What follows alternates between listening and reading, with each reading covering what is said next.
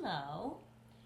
We all spend a lot of time, I know, thinking about that when you first end the relationship with the narcissist, or even if you're one of the people that have chosen to live within the narcissist relationship, we do spend a lot of time thinking about our narcissist saying, I love you to somebody else.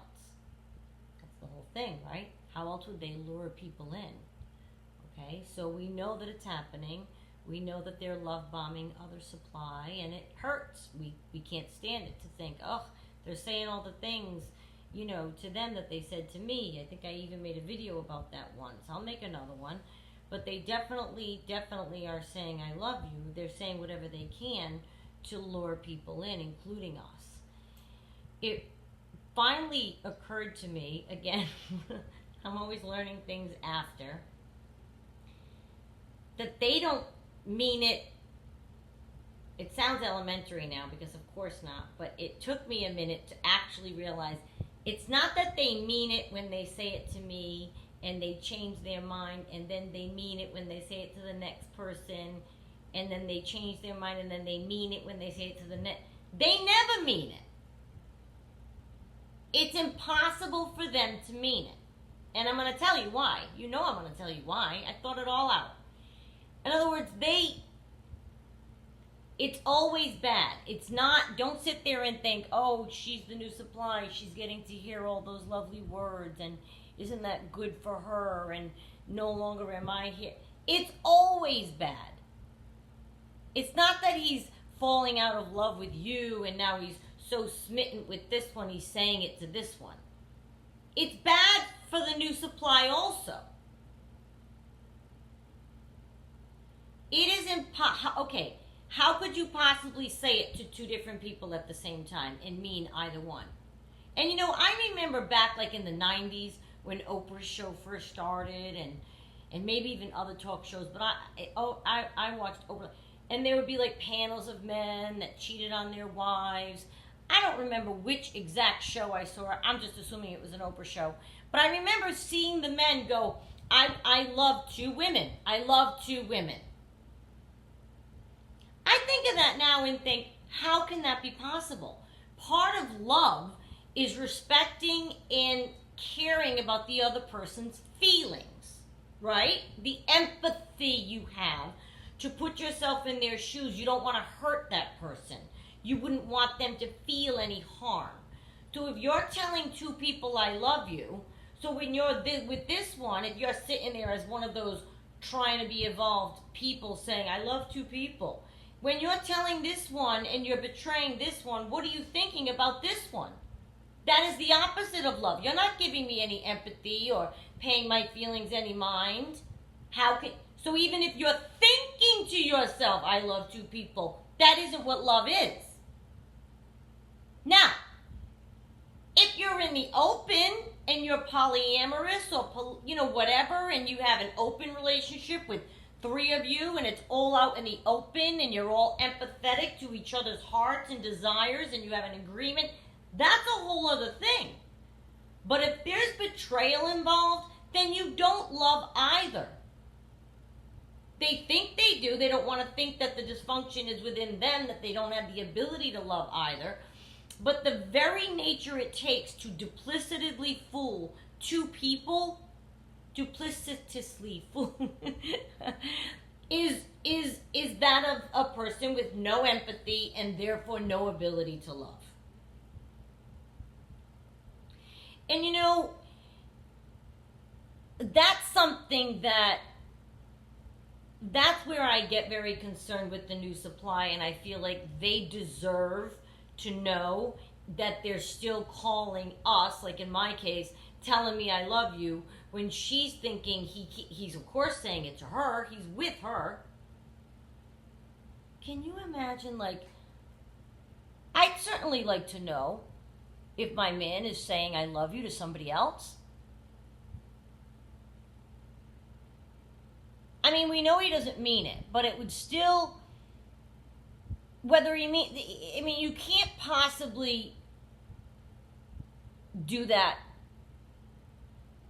and feel good about yourself, but they do it. I would never be able to do that. to absolutely tell two people at one time I love you and mean it and go through all those motions and love. But think about yourself. I could not in 1,000,000 years do that.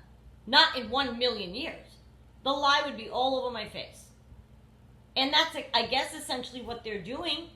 They're developing two stories with a bunch of love bombing and a bunch of lies. I'm assuming those men were narcissists.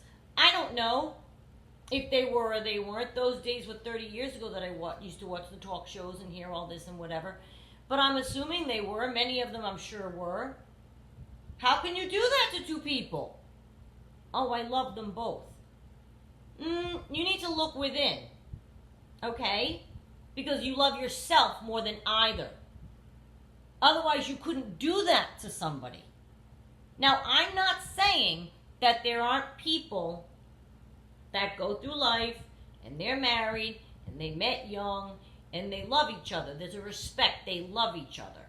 But they fall apart and they, maybe either one meets a new person and then they fall in love with those people and hopefully they live ever after happily, both of them, maybe in new capacities. But that's a different thing if that person says, I love two people. Of course they're always going to love their first spouse if that was a good relationship and good for them and healthy. That's not what I'm talking about. I'm talking about I love you. And they are spending the time convincing the person they love them. I'm going to marry you. I'm going to take care of you. I'm going to be there for you. So to neither person is it a good thing. Right? I don't want to hear I love you from somebody who's saying it to somebody else. I don't want to hear I love you to somebody that's saying it to somebody else. And I'm not going to believe you, and she shouldn't either. Or he, whatever your pronoun is. But the new supply, the poor new supply, I'm sorry. I know I get on that a lot. But I really feel bad. They're all up in the swoon of believing their words, and oh my God, what's coming for them? The thought of it kills me that somebody is going through that right now, that somebody is feeling the euphoria of a narcissist right now and believing them when they say I love you right now. It kills me. It kills me. I feel like we go through a phase of really getting sad over thinking about our narcissist saying sweet nothings to another person. It's been depicted in movies, it's been depicted in books, literature.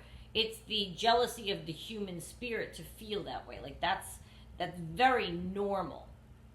But what we have to remember is, and I am sorry, I mean, it's just a tough realization. Even now as I sit here and think of my own narcissist, it's a tough realization, isn't it? This is a moment, I told you I have them, to think that they just didn't ever mean it. It's fascinating to me.